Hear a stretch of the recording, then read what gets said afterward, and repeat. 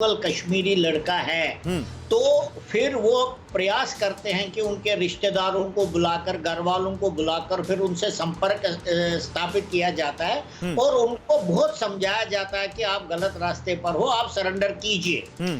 तो आपने देखा होगा कई ऐसे मौके आए हैं जब लोकल कश्मीरी लड़कों ने सरेंडर किया है, लेकिन कई जगह ऐसे मौके आए हैं जहां उन्होंने सरेंडर करने से रिफ्यूज किया है और वो इस वजह से है क्योंकि जो बाकी नॉन कश्मीरी जो पाकिस्तान के आए हुए होते हैं या ज्यादा ब्रेन वॉश होते हैं वो उनको सरेंडर नहीं करने देते। इस वजह से एनकाउंटर कंटिन्यू रहता है और उस एनकाउंटर के अंदर फिर आपको मालूम है क्या होता है, एनकाउंटर में दोनों साइड से कैजुअलिटीज हो जाती है और मिलिटेंट जो नहीं, और इस एनकाउंटर में भी सुरक्षाकर्मी घायल हुए हैं।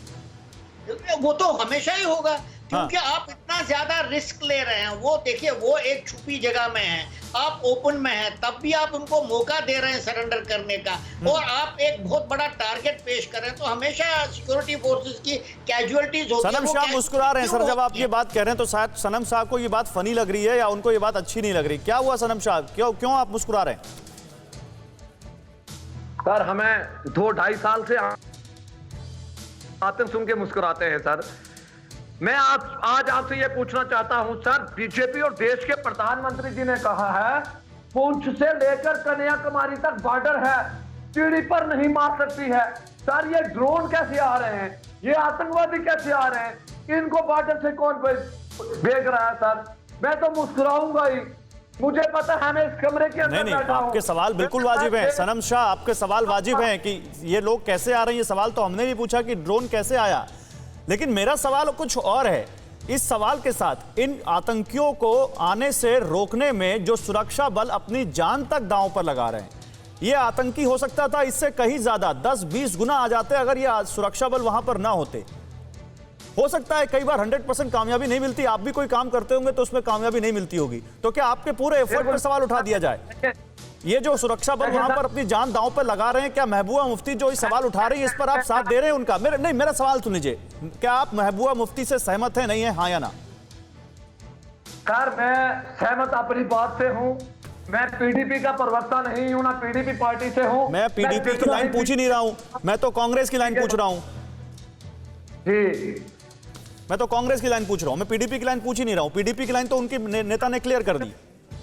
चोरी के 3 मजदूर शपियान के अंदर काम करते थे, उनकी मजदूरी का पसीना सूखा नहीं था, इंडियन आर्मी ने उनकी छातियों को गोली से छल्ली कर दिया और कहा कि हमने आतंकवादी मारे हैं। तो मतलब आप ये कह रहे हैं कि आप भी महबूबा मुफ्ती के साथ उनकी लाइन पर हैं, आप भी सिक्योरिटी पर्सनल पर सवाल उठाने वालों के साथ हैं, आप ये कह रहे हैं कांग्रेस पार्टी भी सुरक्षा बलों पर सवाल उठाने वालों के साथ खड़ी है?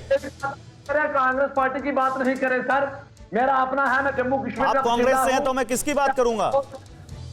मेरी अपनी सोच है सर। नहीं, यहाँ पर आपको मैंने यहाँ पर टीवी9 भारतवर्ष ने आपको निजी तौर पर न्योता नहीं दिया है। आप यहाँ पर कांग्रेस के नेता के तौर पर इस डिस्कशन में शामिल हुए हैं सनम शाह, और मैं मानता हूं कि आप जो बोल रहे हैं वो पार्टी की लाइन के तौर पर बोल रहे हैं, मैं ये मानता हूं। या तो आप कह दीजिए कि कांग्रेस पार्टी ने आपको ये ओहदा नहीं दे रखा। कांग्रेस पार्टी ने देश को बनाया था, हमने हिंदुस्तान को बनाते 70 साल बोल रहे हैं, इसका मतलब विप्लव कुछ बोलना चाहते हैं आप कांग्रेस के बिहाफ पे बोल रहे हैं, इसका मतलब अब मैं आपसे पूछ रहा हूं सनम शाह, मैं आपको नहीं भागने दूंगा इस सवाल से, आपको इधर उधर नहीं जाने दूंगा। आप कांग्रेस के बिहाफ पे बोल रहे हैं, कांग्रेस का गुणगान कर रहे हैं, महबूबा मुफ्ती के इस सवाल से आप महबूबा सहमत है कि नहीं, हाँ या ना? सर मैंने आपको पहले कहा सर, मैं पीडीपी से नहीं हूं, मैं युवा कांग्रेस से हूं और मैं कांग्रेस पार्टी का नेता हूं सर, ऊंचा रख के कहता हूं जिसने देश के लिए कुछ किया है। ठीक है, आप नहीं बोलेंगे, पता चल गया, लोगों को सवाल जवाब समझ में आ गया।